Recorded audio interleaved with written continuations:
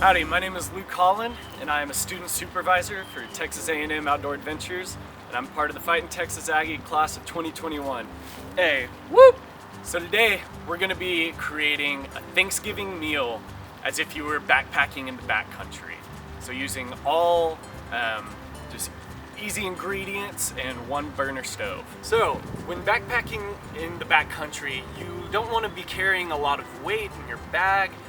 You're not going to have the same accessibility to big stoves or anything like that. So today what we're going to be using is just a Whisper Light. It's a really lightweight backpacking stove, some white gas. Along with that I have 2 plastic bowls, a camp spoon, and then I have a little pot set. So that has 3 different size pots in it. And then we also have all of our ingredients for our Thanksgiving dinner. So that includes, we got really lightweight thin bread,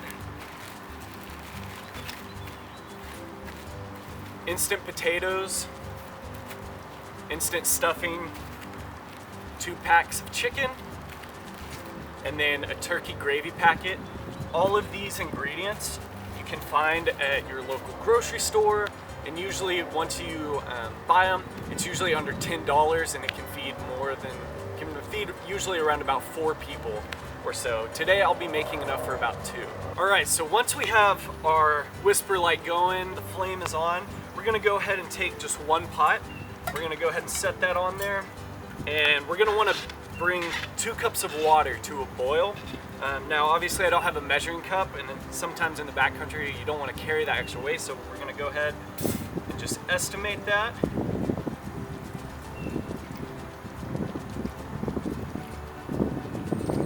Once we get that going, we're going to go ahead and let that start to boil. And while we're waiting on that boiling, what you can go ahead and do is we're going to use this pot to actually cook our gravy and our chicken in. Sometimes it's easier to carry chicken instead of turkey, but it's all kind of personal preference. But while this is boiling, what we're going to go ahead and do is take our 2 bowls, and in one of them we're going to dump half a cup of instant potatoes just straight into it.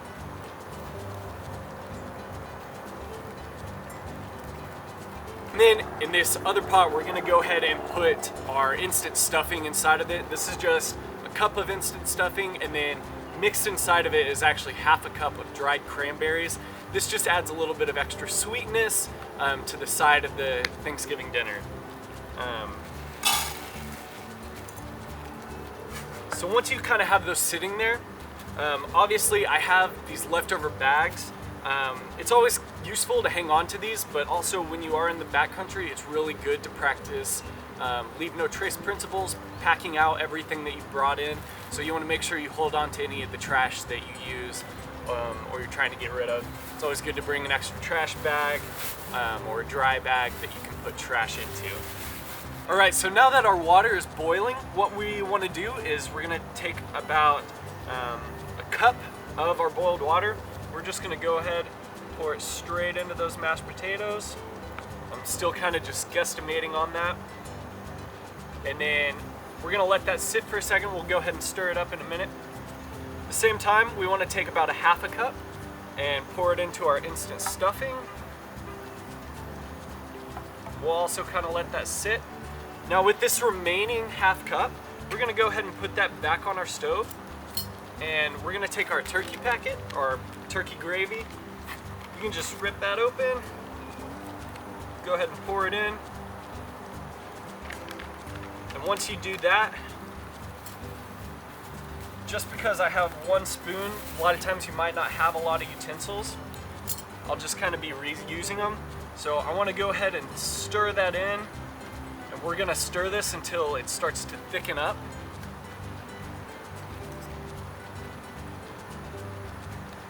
So I'm going to let that sit and just soak for a little bit. And while I'm doing that, I can go ahead and just mix these in too. Make sure that they're nice and prepared. And it is okay if you kind of mix over with your spoon, if it all kind of gets in the same or I guess you kind of cross-contaminate. That'll be different if you're with people who have food allergies or might not eat certain things, and so you want to be careful. But for today, since it's just me eating this, it's okay to use one spoon and just mix them together. So I'm just gonna let those sit now. If you want to go ahead, you can always take another plate or a bowl and just kind of cover those and make sure nothing gets into them, and it just kind of retains that heat. So now that my gravy is getting thicker, what I'm gonna go ahead and do is I just have my chicken packets, and we're just gonna go ahead and dump those right in. Again, be sure to hang on to all of your trash. We don't want to leave anything.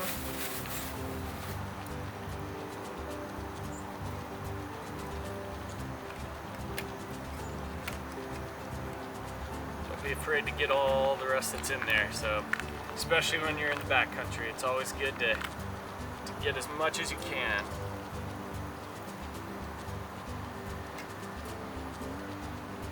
So while you're doing this, that gravy is going to continue to thicken up a little bit. This is also going to heat your chicken up, so you can kind of just test this to see when it's ready by either just taking a little spoonful out and testing it every once in a while. It's just kind of whenever you're ready to eat it. So I'm going to let this sit just for a minute. Alright, so while that's still cooking, you want to be sure to stir it every once in a while, just in case it kind of sticks to the bottom of the pan. But also, once you are done with the meal, you can always just boil more water in the same pan, and you can use it for dishes. You can use one that has soap in it and then fill another pot, maybe with clean water, to run your other dishes in, just to keep them clean, you know. Just if there's a little bit of chicken flavor in the dirty water, that's okay. Now that this is cooked and it's all warm, I can go ahead and take that pot off of my burner, place it to the side over here, and then the last thing I want to do, I have all my ingredients ready, but just to have something kind of like a roll or bread, it's always nice to carry some of these flatbreads. Today I have just thin rounds I got from like H-E-B, but you can also do pita bread, either way. And what we can do with those, you can either just eat it as it is. I always like to just kind of throw some on, toast them up, just warm them up inside my pan. And while those are heating, what I'm gonna do is I'm gonna get my bowl, and then inside my bowl, I'm just gonna get a big scoop of each of these.